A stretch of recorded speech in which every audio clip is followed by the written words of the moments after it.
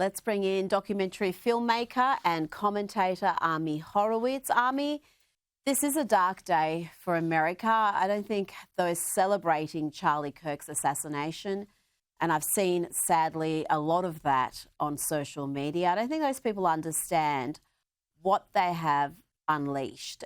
The anger, the sadness over this assassination is profound. Yeah, I think you're right. And before I spit fire, and believe me that I will, let me take a step back and talk about Charlie for a moment and just some personal anecdotes. I considered him a friend.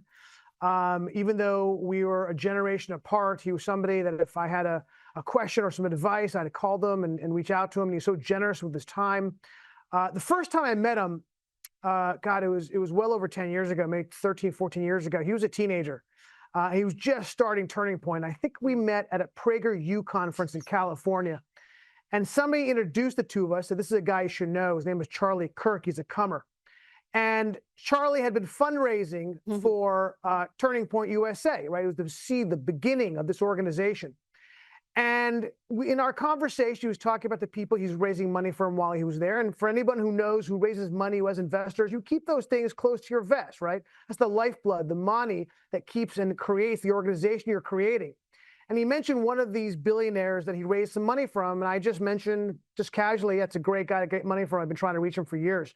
Not even asking for a favor. And he immediately said, here's the guy's cell phone number. Give him a call. I'm sure he's happy to help. Okay, that was the kind of guy Charlie Kirk was, okay? A friend to all, yeah. A hater of no one. He criticized people, but he did not have hatred in his heart, which makes this even more difficult.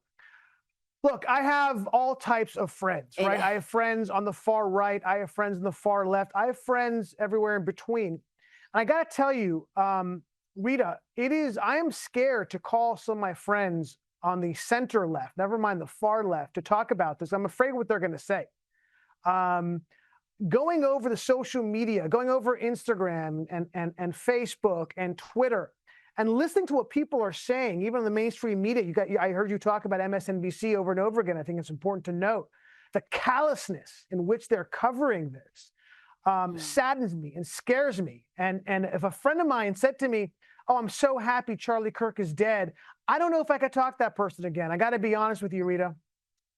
It's just this one divide, and it's blaming it's so funny. It's the left blaming the victim, right? He deserved it, what he said. By the way, he wasn't an alt-right figure. He was a mainstream Republican, right? He believed in family values. He believed that if you're a woman, you're a woman. If you're a man, if you're a man. He didn't have hate in his heart. He was about openness. He had a free speech roadshow, right, where he went to engage people on the left, not to demonize them or attack them, to find out what they thought. And this, I got to say this, we talked about the violence of the left over and over again. I hate it, but we keep talking about it because it's a recurring theme in our political landscape. And this is another example of that truth, that the political violence we've seen mostly, not exclusively, but mostly comes from the left. And we see on the right, what that actually is the exception that proves the rule, right? And I want to go back for a second to Louis Mangione, because I got to say, every time I think about Charlie's death, I think about Louis Mangione. That to me was really, and the pun is intended, the turning point to this. Because it was when he was murdered, this man who was a healthcare executive, he wasn't even a political figure, right? He didn't have, as far as I know, any political thoughts, certainly not publicly, right? He was a businessman who was murdered because he happened to be in an industry the left didn't like, okay? And the mainstream left, Rita, were talking about how wonderful it was and joked about the killing of this business executive. That, to me, was a significant change in our political culture. Our campuses are, look, as you know, I'm no stranger to violence from the political left. I've been attacked physically on a university campus not that long ago. Why? Because I raised the American flag. Look, you said it. This is something, they've unleashed something dark and terrible, and I'm afraid of what's to come.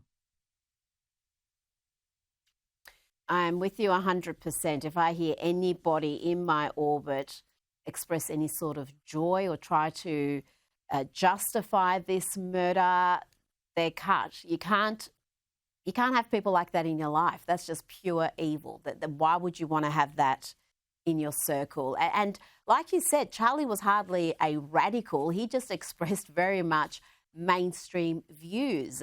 Things like there's only two genders, that people should get married and raise kids. So that's where you find your greatest happiness. He wasn't some firebrand with radical ideas, not that they would justify violence, but we are seeing violence on university campuses, and research from the Foundation for Individual Rights and Expression shows that 1 in 3 students say that political violence is acceptable. We've got 3 in 4 who are saying that shouting down someone is acceptable on campus, but 1 in 3, Army, who think violence is acceptable, to silence someone who you don't agree with.